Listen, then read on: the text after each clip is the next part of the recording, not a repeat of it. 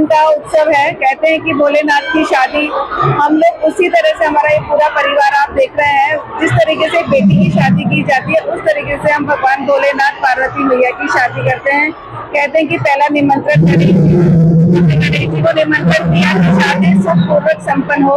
उसके बाद हमने माता पूजन करी और आज भोलेनाथ को हल्दी चढ़ाकर, कहते हैं कि एक शिवलिंग पे हल्दी चढ़ाने से बहुत महत्व होता है। बच्चों की शादी होती है तो यहाँ की जो जनता है उनको 112 ज्योतिर्लिंग की हल्दी मिल रही है और उनके घर में शुभ मंगल कार्य हो रहे हैं।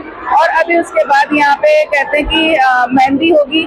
पार्वती जी अपने नाखून में से सुहाग बांटती है। कहते हैं कि वो एक चिट्ठी से अगर किसी महिलाओं को सुहाग देती तो उनका सुहाग अमर हो जाता है।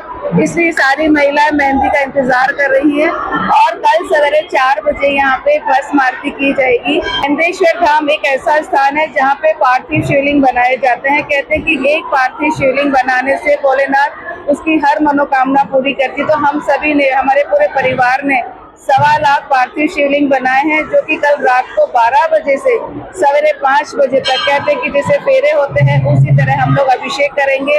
और एक क्षण के लिए शिव और पार्वती रात को यहाँ आते हैं। ये हमारा 22 साल से अनुभव है कि भोलेनाथ हमें आशीर्वाद देने आते हैं और इस तरह से इनकी शादी संपन्न होती है। लेकिन महाशिवरात्रि का विवाह शिव विवाह महोत्सव बड़े धूमधाम से मनाया जाता है। ये शिव विवाह महोत्सव 8 दिन का होता है। या प्रतिदिन विशेष भगवान का श्रृंगार किया जा रहा है। जिस प्रकार एक विवाह संपन्न कराया जाता है उसी प्रकार भगवान भोलेनाथ का विवाह होता है। प्रथम दिन या गणेश पूजन होता है, दूसरे दिन माता पूजन होता है और तीसरे दिन आप देख रहे हैं भक्तों के द्वारा हल्दी और मेहंदी लगाई जा रही है। शाम को मंडप सजाया जाएगा।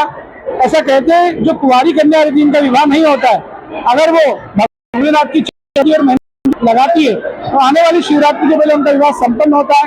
और यहाँ मंडप का ही बहुत महत्व है। मंडप का दर्शन करने का बहुत महत्व माना गया है। कल महाशिवरात्रि के उपलक्ष्य पे प्रातः 4 बजे भगवान की महाभस्म आरती की जाएगी और स्वर्ण कलश से अभिषेक किया जाएगा।